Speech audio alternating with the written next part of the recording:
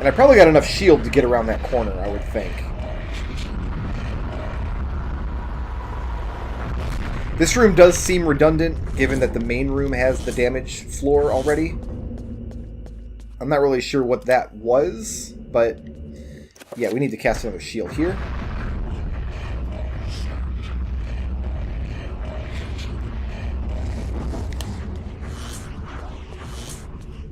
You do have to traverse that room twice, but I think like having this gimmick of the damage floor in 2 locations here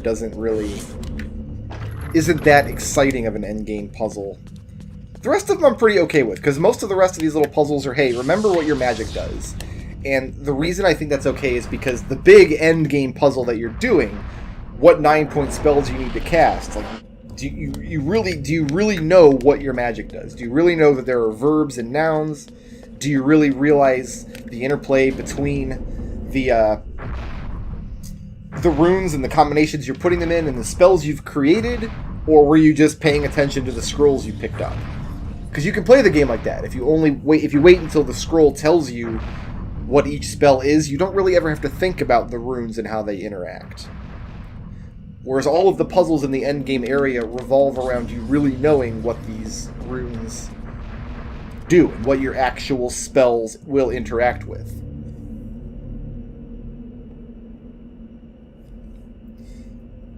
This puzzle, I think, really needed some work, because we literally just solved this in the previous chapter, where Mike casts his bind monster rune, and we gotta cast it again here. Just a 7-point bind monster.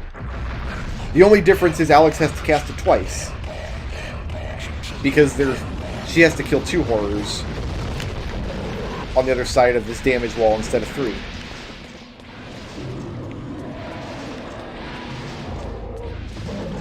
So 1 is dead, and now we'll just bind another one.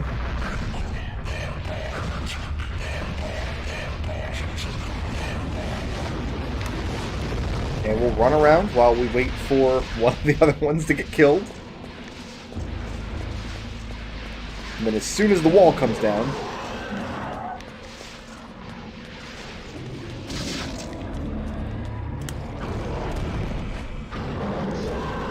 we just start whipping our sword. Gonna stomp at me? No? Oh, it's dead. A couple of sword whips, that's all it takes. So you can see that it does get a little more involved if you don't have this enchanted Gladius, but I mean, you just use a firearm. She's got a pistol, she's got a shotgun. Taking the horror down safely from a distance is something that every player should really know how to do at this point. That should not be new information for Ms. Alexandra Roivas. And let's not... I think we have to go all the way forward and then around? I don't remember how this room is laid out. Oh, I can check the map, though. The map would know. Let's see here. Doesn't look... Oh, you know, just straight forward. Looks to be the case. Yeah, let's just... Yeah, straight forward through here. I see the door on the side now.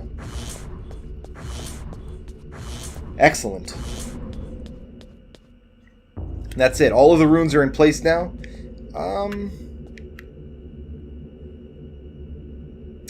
You know what? We're going to run this. I'll put up a 7-point shield before the boss. Oh, I almost made it. Yeah, we'll put up a 7-point shield right now. And I think I'll refresh my pool before I jump in there as well. Let's give it a second. Give it a second. There we go.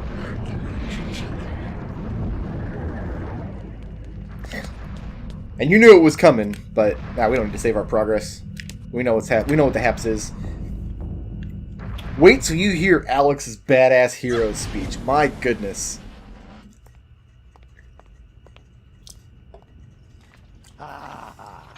Miss Roivas, you're just in time. Playing this game again now, though, I mean, I remember thinking Pius was a great villain back in the day. But remember, I used to appreciate this game unironically, kind of for the horror it represents. And now I kind of appreciate it for its camp factor, and I think I even appreciate it more now, but because I know the types of fiction it's paying homage to. The human race will But listen to never go this. quietly into the darkness. For as long as you have spent summoning your lord, people have struggled Lady, against not you. lord, but Now, thanks go to ahead, your let's finish. efforts, I have 3 of the ancient's essences. Now, Pious, this is the end. I love it. I love it so much. But yeah, I remember thinking Pious was a really, like, well-crafted and threatening villain. And I guess he is, but he's also a little bit of a butt monkey, because he's done nothing but fail the entire game. And in dumb ways, like snarling in the cathedral. Dude, just don't snarl and nobody will figure you out. You know? Maybe don't lose track of Mantarok's heart when the girl takes it into the next room, and then you spend the next 700 years looking for it. Like, stuff like that. Whoops, made a big concrete dick that has Ulyaoth's jellyfish wiener in it. So here's Zelotov. She made it. After 2,000 years of blood, sweat, and tears, none of which a skelingman can produce. So he doesn't have any of those things. But by just combining the 3 essences together, we're able to bring Chaturga into the worlds. Again, this is a good idea. Don't worry, we've got everything's under control. Nothing bad could come of this. And you do get a different the ancients duke it out scene depending on which 2 ancients are duking it out. For us, it's going to be Chaturga versus Zelotov, but the other 2 combinations are possible as well. And now we get to fight Pious himself. And as long as Zelotov's sigil exists, as long as he's got that relic, he has a permanent shield. So all we have to do is hit him with our ranged awesome sword that we have. Make his sigil appear and start hammering it. And you kind of just spend this whole fight learning him back and forth across, up and down these stairs.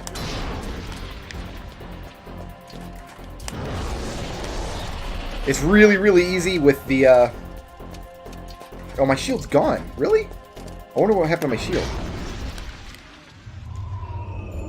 I guess that doesn't give you a shield. I really should put up a pool, though, for the stamina, I guess. So, Pious' statue's already destroyed. There's no hope for him. But the rest of these nerds...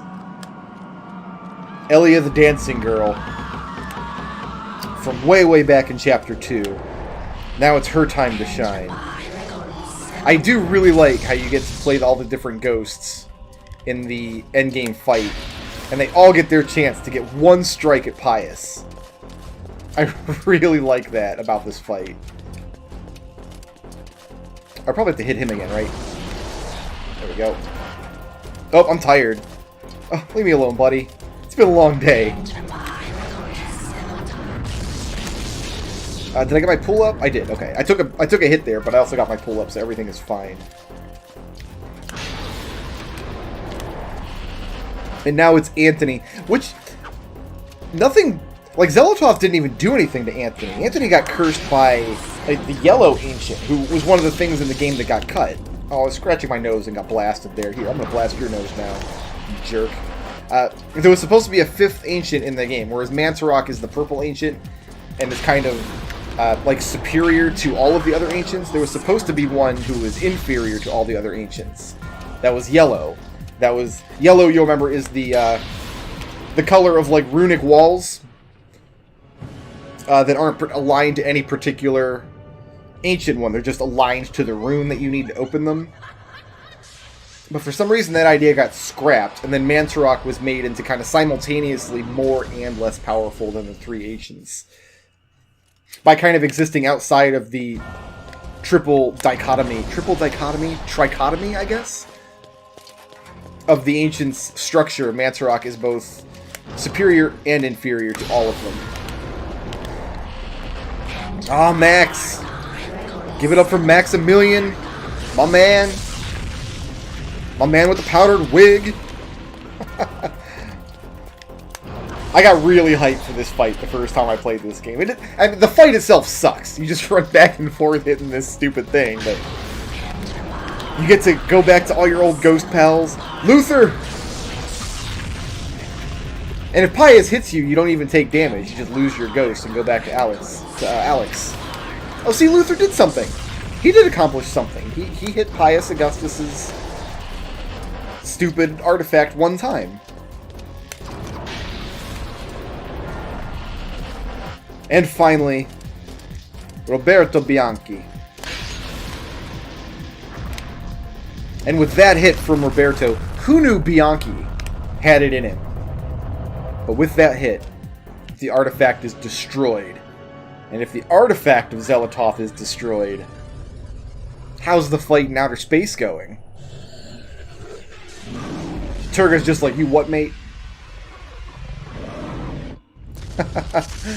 These fights are all awesome, by the way. All three of these, the Ancients clash. So while you're... Is that an attack? Yeah, it's an attack. No, that's a shield. But now, I'm going to take this chance to put up my pool. That was a magic attack. That's not what I wanted. I wanted magic pool. If I get up here, will he catch up? Okay, that's good. But I want to get far enough away that I can throw the sword at him. He's down to 2 shield balls.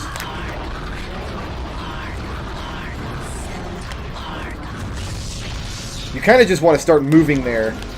I kind of just count the Pargons as Zelotov is hammering them out.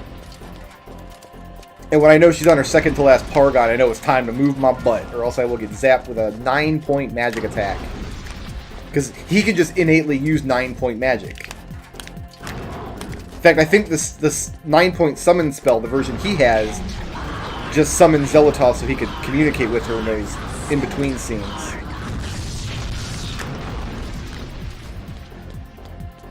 But I don't even give him the opportunity to hit me with his stupid stick. Oh, he's limping now. That's it. That's it for Pius. Good night, Pius. Oh, you're gonna talk some stupid crap about how your lady Zelotov is still gonna win in the end? Because I hate to break it to you, she's not. She's gonna get torn to pieces by a really, really angry outer space lobster.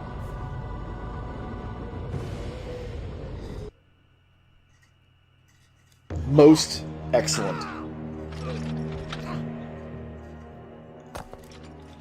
The darkness is not so easily destroyed. This might be what Zelotov meant earlier about Pius's treachery. My death is just the beginning. Because he has to know Zelotov is dead by this point. But he also has to know the only way I could have killed Zelotov is to summon Chaturga. So maybe that's what Zelotov meant earlier about treachery. Maybe Pius doesn't care who he's aligned with, just that there is an ancient out there somewhere. Like, I'm dead and you've killed Zelotov, but look what you had to do to make that work. And look at the future we now have to look forward to with Chaturga in charge. What have I done? Oh no.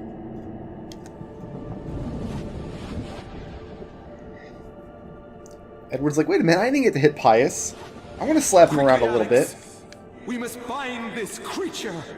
There's one last mystery in the game. In this universe. So it was the summon rune, and if we change it to the protect rune, that becomes a 9-point bind creature. And you can see the spell is turned blue. Because we need a blue magic, Uligoth's magic, to bind Chaturga. Edward's ghost stepped out to change the verb rune from summon to protect. Who changed the alignment rune from Chaturga to Ulioth? It wasn't Alex. Alex was downstairs whipping the crap out of Pius. See, she's still here. It is finally over, my dear. My guess is it was Michael Edwards. That's right. Not only did Mike survive that night the Ancients were chasing him, and not only did he get me my essence and my enchanting gladius in a beautiful beautifully wrapped brown parcel. But he got down in here and changed that rune. Michael Edwards, guys, I had in mind for you. changed the rune to Ulyaoth. He's the real hero of the game. And so much to do. Canada rules. Canada wins. Goodbye, Alex. I will miss you. And that brings us to the end of Alex Roivas' story. Where emptiness had been, new knowledge now seeped inside. Something happened then. I realized that I was not the only one, that there were many others like me, in other places, other universes, fighting the same fight, all to serve the needs of the great ancient, and to have my world spared from eternal darkness. She said it. She said the name of the game. That's the name of the game we're playing. And I like that imagery at the end, how the book, the image inside of the book was the book, so the book is kind of closing the book on itself. But of course, that's not the end, because that's only one of 3 stories. You could replay the game choosing either Chiturga or Ulyaoth with Pius at the beginning, and that changes the alignments, it shifts everything one rotation around the little grid. And Zelatoth even mentions she's seen visions of herself destroying Ulyaoth, which obviously didn't happen, but it does happen in another universe, where you play the Ulyaoth path. You have to summon Zelatoth to destroy him. And if you complete all 3 paths on the same memory card, as I've done, many, many years ago, and I still have the same memory card from back in the day, this is the super secret ending that you unlock. It was Mantarok, all along, manipulating mankind into destroying his foes. Warden of Ancients, Chiturga and Zelatoth and Ulyaoth were so caught up in their squabbles with one another that none of them could see beyond the one reality that they were existing, and they couldn't see the alternate forms across other universes. And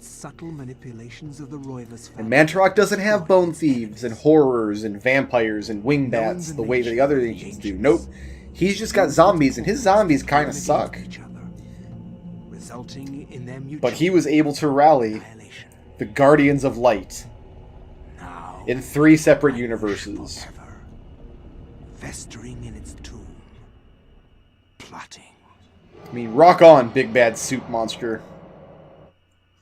And that brings us to the end of Eternal Darkness. Now I'm going to continue without saving. I already have an endgame save. It doesn't behoove me. The only other thing you unlock is what's called Eternal Mode, which gives you infinite bars, red, green, and blue bars for the whole game, and infinite ammunition. So you can play, just burn through the entire game on super, super easy mode if you want. I probably should mention, I don't really want to get into the stuff with Dennis Dyack, because the producer and director of this game, and this is a phenomenal game. This was one of the early GameCube games. I don't think it was quite a launch title, but only just. This game got rave reviews across the board. I bought it. Everybody bought it. Everybody loved it. And the company that made this game developed it was Silicon Knights, who was at the time a second-party developer for Nintendo. As far as I know, the only other game they developed for Nintendo was Metal Gear Solid: The Twin Snakes, which is a remake of Metal Gear Solid. And because it wasn't developed by Konami, when you fight Psycho Mantis in that game and he starts reading off your memory card, he says, "I see you like Silicon Knights games. Do you like Eternal Darkness?" And I'm like, Silicon who? Because it's not a developer whose name you know. It's just, yeah, I played that one game they made, but come on, don't toot your own horn. Okay, you made one game and then a remake. But there's been a lot of troubled drama about Dennis Dyack, who was in charge of Silicon Knights, and he was supposed to make more Eternal Darkness games, but Nintendo still had the rights to them. So instead he made something called Too Human, which I hear was terrible. And then he started a bunch of crowdfunding stuff to get money to make a spiritual successor, kind of a la, I don't know, Mighty Number 9 or something, but that didn't go anywhere either. And he's kind of just a pariah in the games industry, but he made this one good game. Well, his company made this one good game. His company made this one good game under the strong arm of Nintendo. I think that's a part of the story that's very important to keep in mind, that this was a Nintendo exclusive, and Nintendo was instrumental in making sure that it came out on time with all of their like notes intact. And I think that might have been what was missing from 2 Human. I didn't play 2 Human. By all accounts, it's a horrible, horrible game. It's apparently not any fun. It's Norse mythology with guns, I guess? But because Silicon Knights went belly up and then all that crowdfunding didn't go anywhere, we never ended up getting a spiritual successor to this game. I think it was going to be called Knight of the Eternals or something. And it was going to be about a like detective. I have no idea. But I don't really think that matters. I don't think it matters who makes a game like this, because this game itself is just a spiritual successor to a million things that came before. The Cthulhu mythos and various types of adventure fiction. Like, this game pulls from a lot of sources, and there's nothing wrong with that, but we don't need a game like this to pull from this specific mythos. I would just like to see the Cthulhu mythos, or an XP thereof, reimagined with this style of game, because it seems like it always goes one of two ways. Either it's, here's all your monsters, and here's your gun with 1,000,000 bullets, and kill all the monsters, and the other way they go it is more of like an Amnesia style, or Soma, or something, where there are these horrible monsters, but you're not allowed to fight them. And even just looking at them hurts you, and you're just supposed to run and hide from them. And those are both really good game archetypes, but I think Eternal Darkness sits in kind of the middle. You can fight the darkness, but it's still really overwhelming. You have to understand the darkness, and you have to manipulate its own energies against it. That's this game's call to arms, and I don't really think there's been anything quite like it since. And that's the end of the Let's Play. I am very, very pleased that I got to share this game with you guys. I hope you enjoyed it, and I look forward to seeing you in my next series.